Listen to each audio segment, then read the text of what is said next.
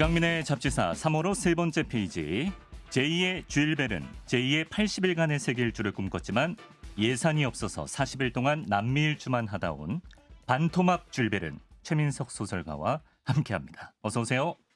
안녕하십니까. 뭐든지 온전하지 못한 불완전한 반벨은 최민석입니다. 반벨은 네. 뭔가 좀 네덜란드 이름 같네요. 판베열은 판페열은 이름 하나 얻어가셨고, 최민석 작가의 에세이 불세출의 명작 40일간의 남미 일주가 이제 내자마자 코로나 광풍을 맞아서 빛을 보지 못했는데 이제 다시 또 여행을 활발하게 하시니까 재조명 받을 때 되지 않았나요?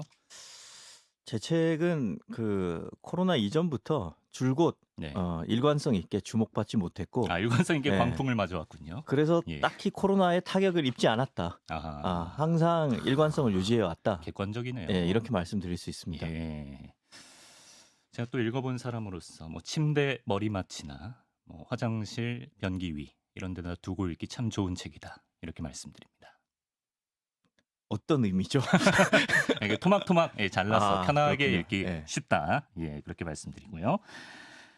그나저나 지지난주에 최민석 작가의 멕시코 여행기가 전파를 타자마자 모 방송국 예능 프로그램 이서진, 박서준, BTS의 뷔가 나오는 아주 스케일 큰 예능에서 멕시코에다 식당을 열었더라고요. 그래서 한간에서는 이제 그쪽에서 최민석 작가의 이야기를 듣고 바로 필 받아서 멕시코로 간 거 아니냐. 이런 음모론이 돌고 있는데 어떻게 생각하시나요? 음모론은 항상 음모죠. 뭐 진지해서 죄송한데 예. 타이밍상 있을 수 없는 일이고 타이밍상이 있을 수 없는 일이다. 그렇죠. 그리고 제가 아까 소개할 때도 그랬지만 항상 불완전한 뭔가 부족함이 많은 최민석이라고 했잖아요. 네.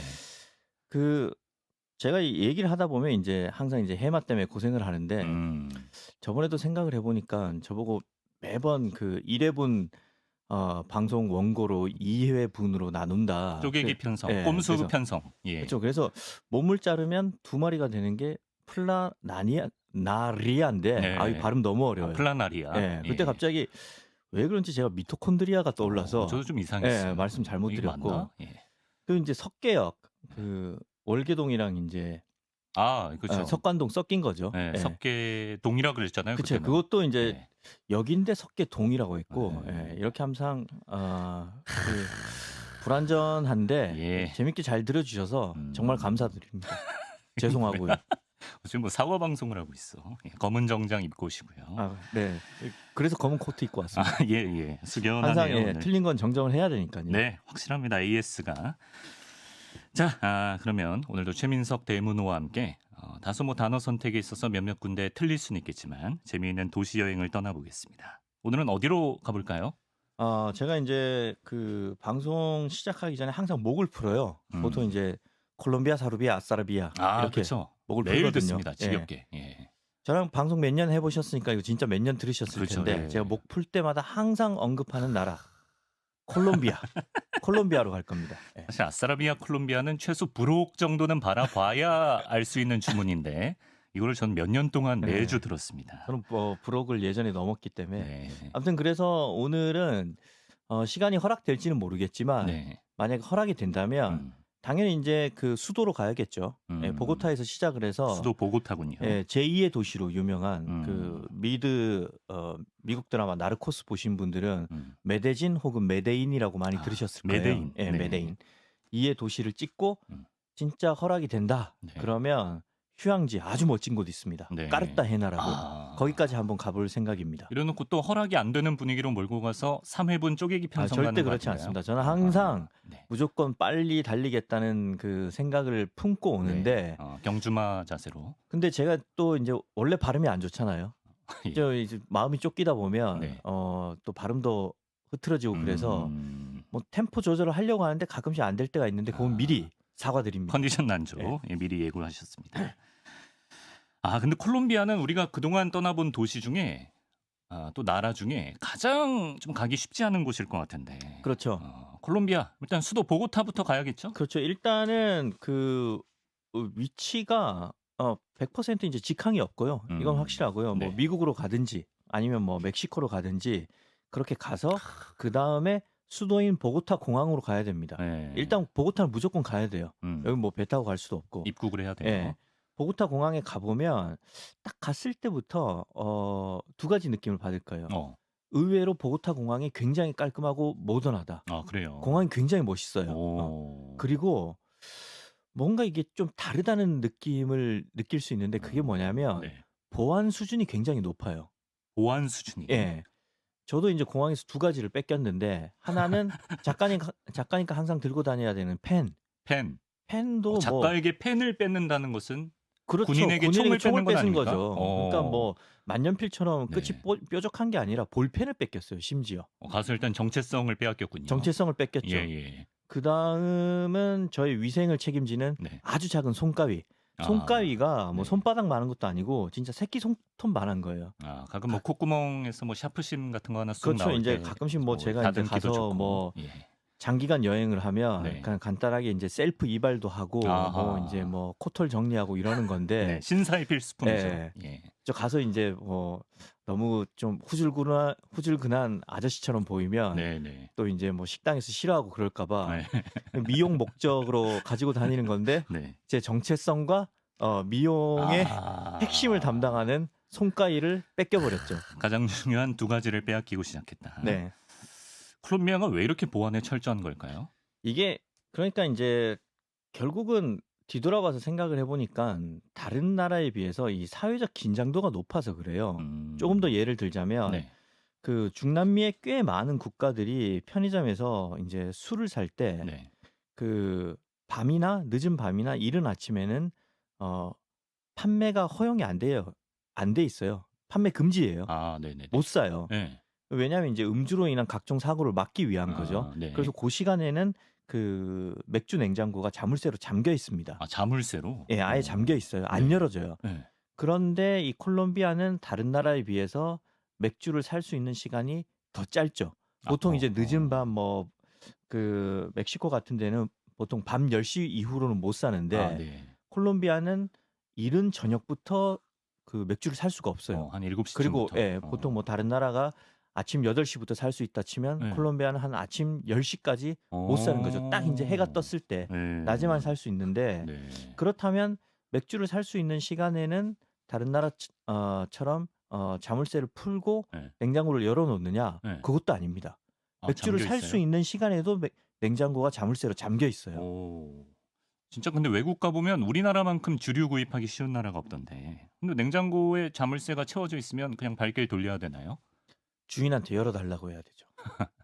주인한테. 네. 너무 당연한 질문을 했네요, 제가. 주인한테 열어달라고 해야 되는데. 네. 근데 저나 최민석 작가처럼 약간 소인배 스타일들은 그렇죠. 뭐 이런 걸로 뭐 주인 일 시키고 말 걸고 이런 것도 부담스럽고. 제가 이제 트리플 A 형이고 그다음 MBTI에서 20년 연속으로 저는 E가 나와 본 적이 제 평생에 한 번도 없어요. 항상 그 I 영어로 인트로버트라고 하나요? 그렇죠. 내향성. 스페인어밖에 생각이 안 나는데 내향성. 인트로베르티도. I거든요. 네. 그러니까 혹시나 내가 그새 1년 사이에 외향성으로 바뀌었을까 봐 매번 해보는군요. 20년 동안 해봤는데 진짜 저는 정말 항상 I만 나오는데 아무튼 그 주인한테 바쁜데 여기 와서 그 열어달라고 하기가 미안하잖아요. 약간 좀 그런 거 있어요. 그래서 제가 보고타에 가서 그걸 일단은 자물쇠로 잠겨 있는 걸 보고 한 번 놀랐고 그러면 이제 엄청 고심해서 골라야 되잖아요. 그래서 냉장고 앞에서 제가 한 10몇 분을 고심을 했어요. 왜냐하면 그게 냉장고를 열어야 맥주 캔을 꺼내서 이게 뭐 라건지 밀맥주인지 에일인지 볼 수 있잖아요. 다 모르는 모르는 상표고. 근데 그게 따닥따닥 붙어 있으면 앞에 브랜드만 보이지 설명이 안 보여요. 그래서 그걸 이제 10분 동안 기웃기웃거리다가 겨우 고민을 해서 이제 주인한테 얘기를 하려는데 주인이 이제 좀 이제 그날 기분이 안 좋은지 제가 냉장고 앞에 계속 서 있으니까 계속 이제 옆에서 저 자식 뭐야 그러면서 이제 욕을 하면서 그러더라고요. 어떡해. 겨우 이제 하나를 꺼냈는데 불싸. 그 흑맥주는 또 다른 냉장고에 있어요. 그럼 또 열어달라고 해야 되는 흑맥주를 거죠. 원했던 거군요. 그러니까 라거 하나, 흑맥주 하나 이렇게 뭐 샀는데 아무튼 그래서 이제 겨우 사고 난 다음에 무슨 내 돈 내서 나는데 이렇게 눈치를 봐야 돼. 힘들어요. 그러고 난 다음에 이제 신용카드를 내잖아요. 신용카드를 내면 또 신분증을 검사를 합니다. 철저하네. 그러니까 뭐 그냥 뭐 한 $10 미만, 그러니까 예컨대 미화로 한 $5 정도만 계산을 해도 네. 반드시 슈퍼마켓 갈 때도 여권을 들고 가야 돼요. 안 그러면 아. 결제를 안 해줘요. 그래서 제가 이제 그 여권 안 들고 와서 누가 뭐 캔맥주 2개 사는데 여권을 들고 가요? 그쵸, 그쵸. 예, 네. 우린 모르니까. 네. 가서 이제 뭐 그 한국 주민등록증 보여주면서 네. 예, 막 하니까 이거 뭐 도서대출증 아니냐. 그래서 드라이버스 라이센스 그 영어로 적혀 있잖아요. 아, 운전면허. 네네. 이거 아, 예. 보여주니까 자기는 영어 모른다. 그래서 결국 저는 어. 이제 여권 다시 가져와야 됐고. 험난하네. 아무튼 이게 이제 콜롬비아가 그만큼 사회적 긴장도가 높다. 그렇죠. 아. 그러니까 이게 왜 그러느냐 그러면 이제 본론으로 들어가자면 네. 8, 90년대에 이른바 폭력의 시대라는 시간을 보냈어요. 폭력의 시대. 예, 여기에 이제 크게 이제 세 가지가 겹치는데 네. 아무튼 이 폭력의 시대에 죽은 콜롬비아인이 38,000명 정도 되고 만 단위예요? 예. 와. 그리고 이제 콜롬비아 전역에서 일어난 크고 작은 폭탄 테러가 한 200여 건 정도 된다고 해요. 네. 이 왜 이러냐면 콜롬비아 사회가 지금도 가보면 메데인 같은 데에 가보면 네. 양극화가 굉장히 심해요. 아. 뭐 보고타나 메데인에 사는 부자들은 진짜 뭐 맨하탄에 사는 부자들처럼 네. 엄청나게 잘 살고요. 아. 메데인 도심 그 중심가에서 골목을 좀 꺾어서 가면 이제 그냥 그 사람들을 보기에도 가슴이 아플 만큼 맨발로 걷거나 빈민가가 있고. 예, 아니면 뭐 쓰레기통을 뒤지거나 음식을 찾는 거죠. 네. 그런 사람들이 있어요. 네. 그러니까 이렇게 사회적 불평등이 굉장히 심하잖아요. 그러다 보니까 이것을 공동 생산, 공동 분배로 해결하자. 그러니까 극좌파 무장 단체가 탄생을 합니다. 네네. 이 사람들은 공산주의 혁명 게릴라예요. 아. 혁명 게릴라군이라서 이 집단을 FARC, 파르크라고 부르고요. 파르크가 탄생을 하니까 그럼 또 반대쪽에서는 이제 극우 진영들이 또 무장을 해서 이 사람들도 중군사 조직이에요. 이 집단은 AUC라고 부릅니다. 아, 네. 그러니까 이 양극단주의에서 크고 작은 군사적 충돌을 일으키는 거죠. 거의 뭐 내전급이네요. 그렇죠. 예, 예. 그런데 이게 전부가 아니에요. 네. 이게 더 심한 게 있는데 네. 사실은 이 콜롬비아를 소개할 때 이 인물을 빼놓고 얘기하기가 어렵습니다. 누구죠? 파블로 에스코바르죠. 아, 마야광. 예, 나르코스를 에스코바르. 보신 분들은 이제 많이 아실 텐데. 네네. 그러니까 이제 콜롬비아 정부뿐만 아니라 시민들도 좌우 극단의 무장 단체와 네. 그다음 이제 범죄 조직이 그러니까 파블로 에스코바르가 일으키는 뭐 살인, 폭파, 뭐 테러의 위험 이런 것 속에서 8, 90년대를 공포에 떨면서 보냈던 거죠. 파블로 에스코바르가 나중에는 그 정부 부처 제 기억으로는 내무부쯤 될 거예요. 네. 내무부를 습격을 해서 네. 거기를 점거를 해요. 아, 자기 세상이었구나. 거기를 점거를 하고 네. 파블로 에스코바르가 이때 당시에 벌어들인 돈이 한화로 한 30조 원 정도 됩니다. 마약 팔아서요? 예. 오, 30조. 30조 원 정도 됩니다. 네. 그러니까 이 정도가 되니까 그 콜롬비아에서 당연히 파블로 에스코바르로 인해서 경제적인 이득을 본 사람들이 존재를 해요. 아직도. 사회에 그 정도 돈이 돌면 이제 기회가 생기는 사람도 많고. 왜냐하면 파블로 에스코바르는 마약 유통을 합법화하려고 했거든요. 아, 그래요. 그래서 나중에 이제 정치를 하려고 네. 자기가 이제 입법부에 국회의원이 되어서 네. 합법화하는 그 법안을 마련하기 위해서 정치적인 행동을 합니다. 아, 로비도 하고. 예, 그 마을 사람들한테 이제 막 현금으로 막 주고 가난한 사람들한테 집 지어주고 네. 이러다 보니까 아직까지 파블로 에스코바르의 혜택을 입은 사람들이 네. 살아 있고 파블로 에스코바르에 대한 평가가 극단으로 나뉘어요. 약간 당연히 이제 마약왕이니까 네. 사회 악이라고 생각하는 사람들이 다수 존재하고 네. 파블로 에스코바르가 악인이었지만 그럼에도 불구하고 그는 콜롬비아를 사랑하고 우리를 도와준 인물이었다. 심지어 로빈후드처럼 생각하는 사람들이 있어요. 의적처럼. 그래서 메데인 시내를 걷다 보면 네. 그 콜롬비아의 그 3대 위인이 있습니다. 3대 위인. 3대 위인이 이거 오피셜인가요? 아니면 그냥 채피셜인가요? 거리에서 가장 많이 볼 수 있는 예, 예. 유명인인데 첫 네. 번째는 콜롬비아 화폐의 가장 고액권인 네. 고액권의 주인공이에요. 노벨 문학상 수상자인 가브리엘 가르시아 마르케스 대문호죠. 네. 100년의 고독을 쓴. 두 번째는 페르난도 보테로. 그러니까 화가인데 네. 보통 이제 사람을 좀 이렇게 뚱뚱하게 거구로 그려요. 네. 세계적인 화가죠. 네. 그다음 그때 당시에 굉장히 그 인기 있었던 인물은 네. 콜롬비아 어린이들의 우상인 우리로 치면 손흥민격인 음. 하메스 로드리게스예요. 제가 아. 여행을 다닐 당시에는 이제 레알 마드리드 소속이었거든요. 네네. 그래서 이 세 인물들의 뭐 티셔츠, 뭐 초상화, 뭐 기념품 이런 걸 굉장히 많이 파는데 이 인물들 못지않게 여전히 많이 팔리는 게 파블로 에스코바르의 초상화와 티셔츠입니다. 그러니까 추앙받는 분위기가 있군요. 그런 분위기가 있어요. 네. 그래서 인제 그거를 입은 사람들을 보면 어떤 사람들은 막 욕을 해요. 아직까지 네. 굉장히 논쟁적이고 네. 아무튼 하던 얘기로 돌아가면 네.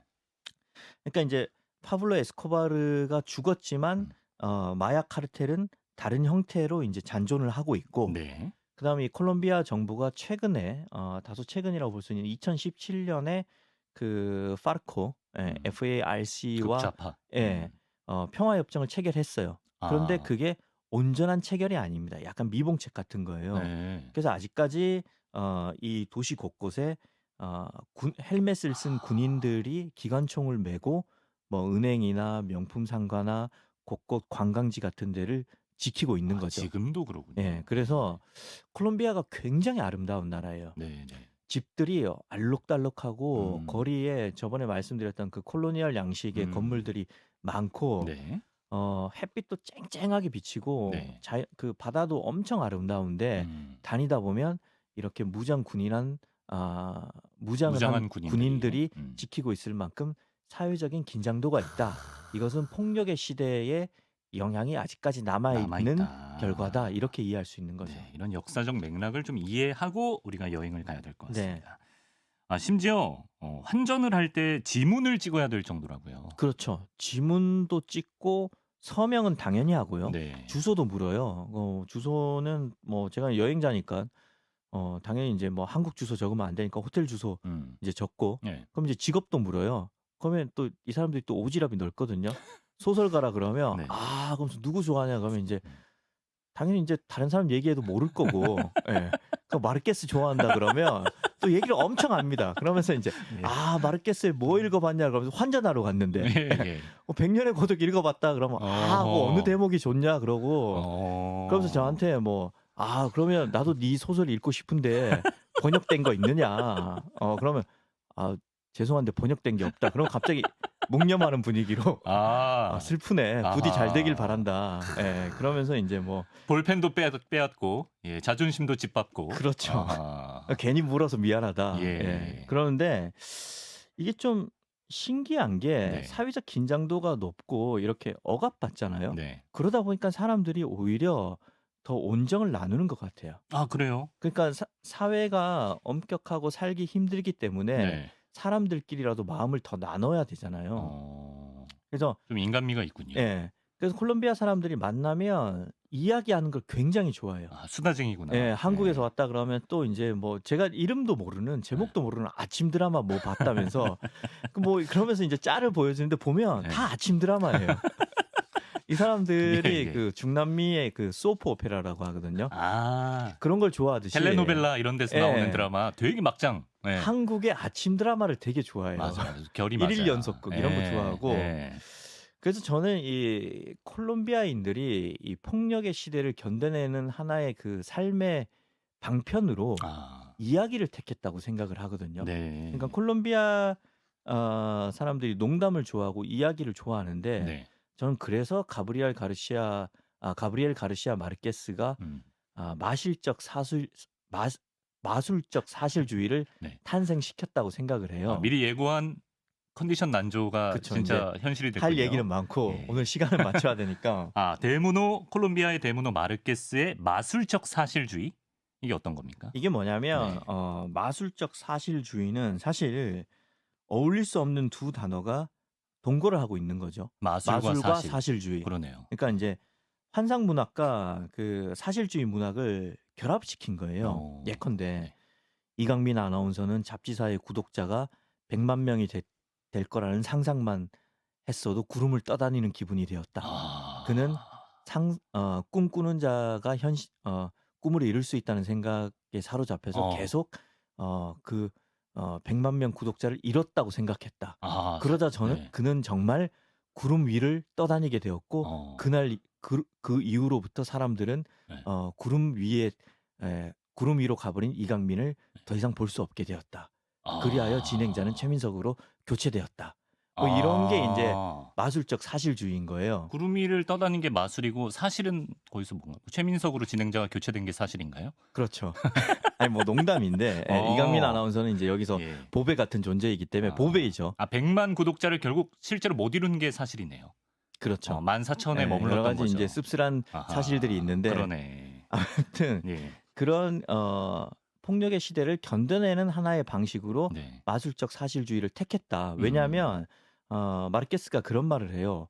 콜롬비아에 있었던 그 역사적 사실을 현실적으로 쓰기에는 너무나 슬퍼서 나도 제대로 쓸 수도 없고 독자들도 제대로 읽어낼 수가 없다. 그래서 여기에 환상성을 좀 가미했다라고 얘기를 하죠. 약간 너무 아픈 그 콜롬비아의 역사를 좀 희석시키는.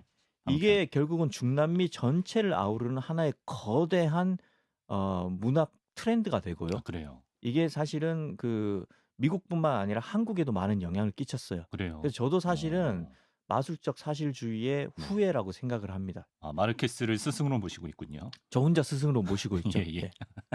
고맙습니다. 그라시아스.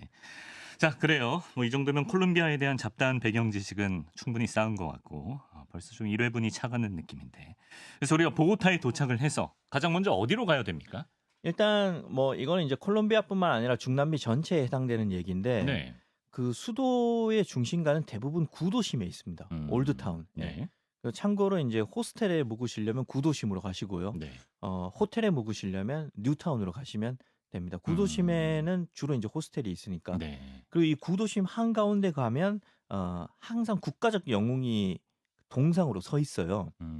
여기에 가야 이제 모든 여행을 시작할 수 있는데 남미 어느 나라든 환전도 하고 각 나라마다 화폐가 다 다르니까 그렇죠. 다닐 때마다 환전도 하고 유심칩도 사고 뭐 해야 되는데 아무튼 이 그 중남미의 수도에 있는 제일 큰 광장의 이름이 대부분 세 가지 이름으로 분류가 됩니다. 어떻게요? 대부분 세 가지 이름인데 첫 번째는 볼리바르 광장이에요.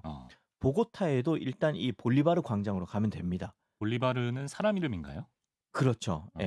이 볼리바르 광장이 일단은 1500년대에 조성이 돼서 150주년을 맞이한 1960년에 재단장이 돼요. 아무튼 이 광장을 중심으로 해서 그 근처에 뭐 시청, 법원청사 뭐 이런 것들이 다 있는데 지금 유튜브 사진 보니까 저기도 비둘기 엄청 많네요. 무슨 서울인데요. 이 주변에 있는 시청이나 법원청사 저런 것들이 굉장히 아름다워요. 그러니까 저기가 일단은 여행지인데 그러니까 멕시코 여행의 출발점이 제가 소칼로 광장이라고 했잖아요. 맞아요. 그러니까 콜롬비아 여행의 출발점은 이 볼리바르 광장이라고 보면 되는 거죠. 볼리바르는 누굽니까, 근데? 볼리바르는 콜롬비아를 독립시킨 인물인데 그냥 콜롬비아만 독립시킨 게 아니라 그 이때 당시 이제 스페인이 그러니까 브라질은 포르투갈이 지배를 했고 나머지 이제 중남미 국가는 다 스페인이 지배를 했잖아요. 볼리바르는 스페인으로부터 남미 5개국 콜롬비아, 베네수엘라, 에콰도르, 페루, 볼리비아를 독립시켰습니다. 원래 볼리바르가 베네수엘라에서 태어났어요. 그래요. 스페인 후손인데 근데 이제 스페인이 식민 지배를 굉장히 오랫동안 하잖아요. 그렇죠. 이렇게 되니까 스페인에서 그 중남미로 넘어간 그 귀족들이 굉장히 많을 거잖아요. 그래서 이제 이 스페인 본토 사람들이 보니까 약간 중남미로 넘어간 사람들은 스페인 본토에서 자리를 못 잡은 이진 귀족들이 넘어간단 말이죠.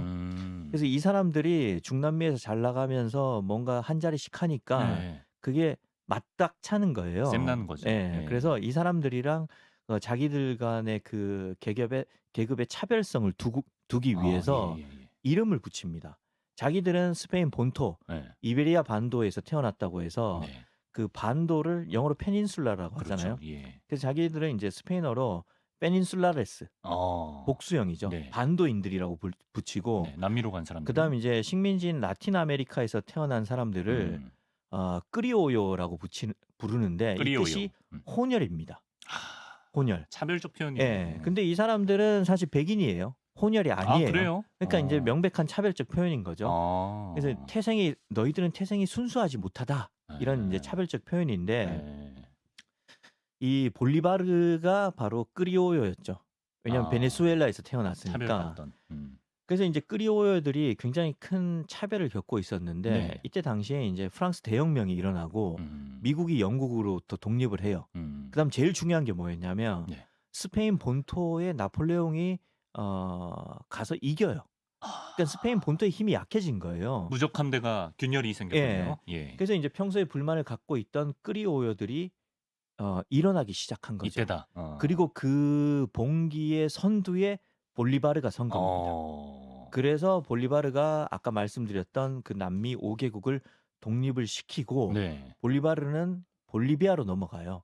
그래서 거기서 초대 대통령이 되거든요. 아. 자, 그럼 이제 볼리비아 이름이 비슷하죠. 아. 볼리비아 그래서? 볼리바르의 이름을 따서 볼리비아라는 국명을 이제 붙인 거고 나중에는 이제 독재자가 됩니다. 예, 뭐 슬픈 역사긴 한데. 참, 예.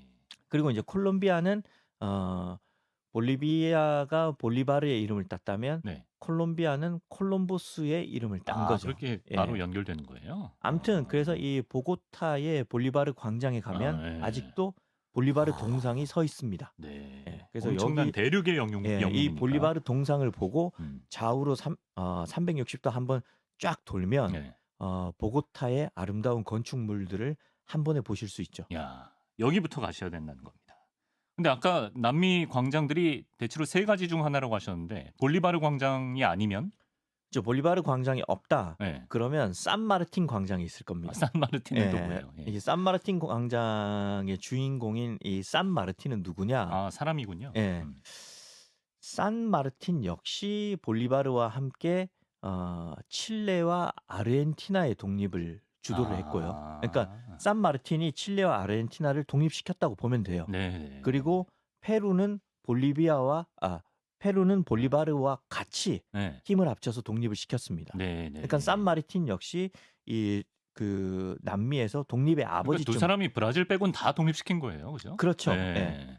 그렇기 때문에 이제 가보면 네. 대부분 볼리바르 광장이 있어요. 네. 그게 없으면 산마르틴 광장이 있고 만약 둘 다 없다 그러면 아르마스 광장이 있습니다. 아르마스는 또 사람인가요? 아르마스는 이제 아르마, 암드, 영어로 이제 암드. 무기. 그쪽 무장 광장인 거죠. 여기서 시민들이 이제 침략자들로부터 자신들을 방어하기 위해서 무기도 나눠주고 항전을 벌였다. 그러니까 무장 광장. 그 장소를 기념하기 위해서 이제 아르마스 광장이라고 이름을 붙이는데 제가 이제 중남미 6개국을 다녀보니까 아무튼 볼리바르 광장, 산마르틴 광장 아니면 아르마스 광장 이 세 개가 수도에 있을 확률이 8할 이상입니다. 여기가 이제 중심지고 여 주변에 가면 당연히 이제 대성당이 있고 아니면 대통령궁 뭐 아니면 뭐 대형 도서관 뭐 이런 것들이 있습니다. 그리고 이 광장을 주변으로 해서 이런 정부 청사들이 있잖아요. 그 요런 이제 콜로니얼 양식의 건물들이 있는 그 맞은편에 보면 항상 그 큰 대로가 있어요. 그 대로를 건너면 거기서부터는 신도심이 펼쳐지죠. 그러니까 이제 우리로 치자면 한 90년대의 명동 같은 느낌. 뭐 이제 미국식 프랜차이즈 가게들 이제 뭐 스타 땡스, 뭐 맥도 땡드, 뭐 그다음 H&M, 뭐 자땡, 뭐 이런 것들이 쫙 H&M은 왜 그냥 말? H&M 땡, 그렇게 쫙 펼쳐지면서 거기서 쇼핑을 할 수 있는 거리가 있죠. 대부분의 중남미 국가들이 도시가 이렇게 설계가 되어 있습니다. 요 정도 이미지는 혹시 남미 여행을 생각 중이시라면 좀 기억해 두고 가시면 좋겠습니다. 일단 메데인 정도는 가볼 수 있을 것 같습니다. 콜롬비아 제2의 도시 메데인. 메데인 여행은 어디서부터 시작하면 좋을까요? 메데인은 아까 이제 콜롬비아에서 아직도 인기 많은 3대 인물 중에 두 번째 인물, 그 보테로. 화가. 그 화가를 기념하기 위한 플라사 보테로라고 있어요. 플라사 이제 플라자입니다. 보테로 광장이죠. 이 광장에 가면 이제 페르난도 보테로가 만들어 놓은 동상들이 있어요. 그거는 이제 길거리에 있으니까 그냥 무료로 볼 수 있고. 일단 저 유튜브 사진 보테로 광장이 나오는 저 분이 보테로는 아니잖아요. 그렇죠. 보테로는 저런 식으로 이제 그 인간의 양감을 중시해서 네. 그걸 이제 극대화시키는 거죠. 약간 몸집 있게 그 그렇죠. 그림을 그러니까 그리는군요. 콜롬비아의 예술이 네. 이렇게 다 현실을 기반으로 하고 있지만 그걸 과장을 해요. 그러니까 아까 마르케스도 마술적 사실주의라고 해서 네. 구름 위를 떠다니는 기분이 되었다 예컨대 그러다 보니 정말 구름을 떠다녔다. 그렇죠, 그렇죠. 이것처럼 보테로도 우리 인간에게 있는 근육, 네. 뭐 볼륨감 이거를 극대화시키는 거죠. 그래서 이 사람들이 이야기하는 것도 좋아하고 네. 오지랖도 넓고 뭐 아무튼 그런데 네. 자, 이걸 그 예술 작품을 길거리에 놔뒀듯이 네. 이 사람이 뭔가 이제 베풀기 좋아하는 사람이에요. 그래서 이 보테로 광장 맞은편에 네. 안티오키아 이 주 이름입니다. 메데인 주. 예. 주 박물관이 있는데 이 박물관 안에 가면 보테로의 작품이 거의 다 있어요. 그래요. 근데 이 보테로의 작품들은 네. 보테로가 메데인 시민들을 위해서 기증한 겁니다. 돈 안 받고? 네. 그러니까 폭력의 시대를 견딘 이 메데인 시민들과 콜롬비아 국민들을 위해서 기증을 한 거고. 훌륭한 분이네. 그렇죠. 그러니까 작품뿐만 아니라 자기 실제 마음 씀씀이도 인품. 굉장히 큰 거죠. 그 자기 작품만 기증을 했느냐? 네. 그게 아니에요. 이 보테로가 전 세계 화가들과 그 유대 관계가 좋았어요. 자기가 선물 받은 것, 그다음 자기가 여행 다니면서 모은 것, 네. 이런 것들을 또 전 세계 여행자들을 위해서 여기 기증을 해놨어요. 그래서 가보면 네. 보테로 그림뿐만 아니라 유명 화가들의 그림 밑에 네. 그 도네이티드 바이 보테로 이렇게 설명이 돼 있습니다. 근사한 컬렉션이 됐군요. 그렇죠. 보테로 예. 컬렉션인 거죠. 네. 그리고 보테로가 그 메데인 사람이거든요. 그러니까 메데인이 이제 파블로 에스코바르가 활동한 지역이잖아요. 네네. 그러니까 보테로도 이제 고통을 받은 거죠. 그래서 파블로 에스코바르가 나중에 미국 마약 단속반한테 쫓겨서 추격전을 벌이다가 지붕 위에서 총을 맞아서 죽습니다. 그래요? 그 장면을 그린 두 작품이 또 이 미술관 안에 있어요. 그 작품은 보테로가 못 그렸겠네요. 자기가 직접 그렸습니다. 그래요? 네, 물론 이제 그게 이제 나중에 사진으로 돌거든요. 그 현장에는 없었지만 사진을 보고 자기 화풍으로 그렸는데 이건 역시 그 마침내 평화의 시대가 도래했다. 그러니까 폭력의 시대가 지나고 평화의 시대가 왔다. 이거를 자기 방식대로 기념하면서 예술로 승화를 시킨 거죠. 그래요. 뭐 메데인까지밖에 못 갈 것 같은데 끝으로 메데인 사람들은 뭐 느낌이 어떻습니까? 보고타 사람들처럼 좀 인간미가 있는지? 기본적으로 콜롬비아 사람들이 그 정말 오지랖이 넓고 많이 시달리셨나 보네. 아니요, 좋았어요. 저는 그래서 이렇게 이제 그 해가 잘 안 뜨는 독일이나 뭐 이렇게 사회적 통제가 심한 콜롬비아 같은 데 가면 오히려 사람들이 보입니다. 네, 그래서 따뜻한 콜롬비아 사람들을 만나서 기분이 좋았고 그래서 저는 뭐 대부분 이제 미드 나르코스 때문에 콜롬비아 그러면 파블로 에스코바르를 떠올리실 거예요. 마약 국가. 네. 근데 저는 그렇게 기억하지 않고 여행을 다녀온 뒤로는 마르케스와 보테로를 탄생시킨 예술의 나라 그리고 여행자들을 따뜻하게 맞이해주는 통제를 뛰어넘는 통제의 틈을 삐짓고 헤어나와서 온정의 꽃을 피우는 사람들이 있는 나라 그렇게 기억을 합니다. 뭐 치안 문제 걱정부터 드는 그런 콜롬비아의 이미지지만 충분히 여행해 볼 만한 도시라는 생각이 근데 들고요. 의외로 도심은 군인들이 총을 들고 지키고 있기 때문에 의외로 더 안전합니다. 안전하다. 삼엄해 보이지만 사람들이 없으면 좀 조심하셔야겠지만 밤늦은 시간에 광장 중심가 이런 데는 군인들이 총을 지키고 있습니다. 총을 들고 지키고 있습니다. 가장 중요한 얘기를 안 하신 것 같아요 오늘. 제가 이성의 눈을 뜨게 만든 팝스타 샤키라의 나라 아니겠습니까? 그렇죠. 샤키라 사랑합니다 정말. 샤키라 저도 제가 사랑합니다. 초등학교 때 케이블 음악 그 방송에서 샤키라의 힙스 돈 라이 뮤직비디오를 보고 정말 이성의 눈을 떴어요. 그 여담이지만 마르케스가 샤키라의 광팬입니다. 마르케스가? 네, 그래서 생전에 마르케스가 엄청난 그 마르케스 최근 분이구나. 이제 자꾸 하셨죠. 노익장을 과시하면서 그 샤키라 공연의 제일 앞줄에 가서 스탠딩으로 춤을 추면서 관람하는 영상이 한때 뭐 찾아보면 있을 것 같네요. 떠돌기도 했습니다. 알겠습니다. 자, 아스라비아 콜롬비아 항상 입을 푸는 최민석 작가와 함께 콜롬비아 여행 함께 해봤습니다. 대문호 최민석 작가 고맙습니다. 고맙습니다.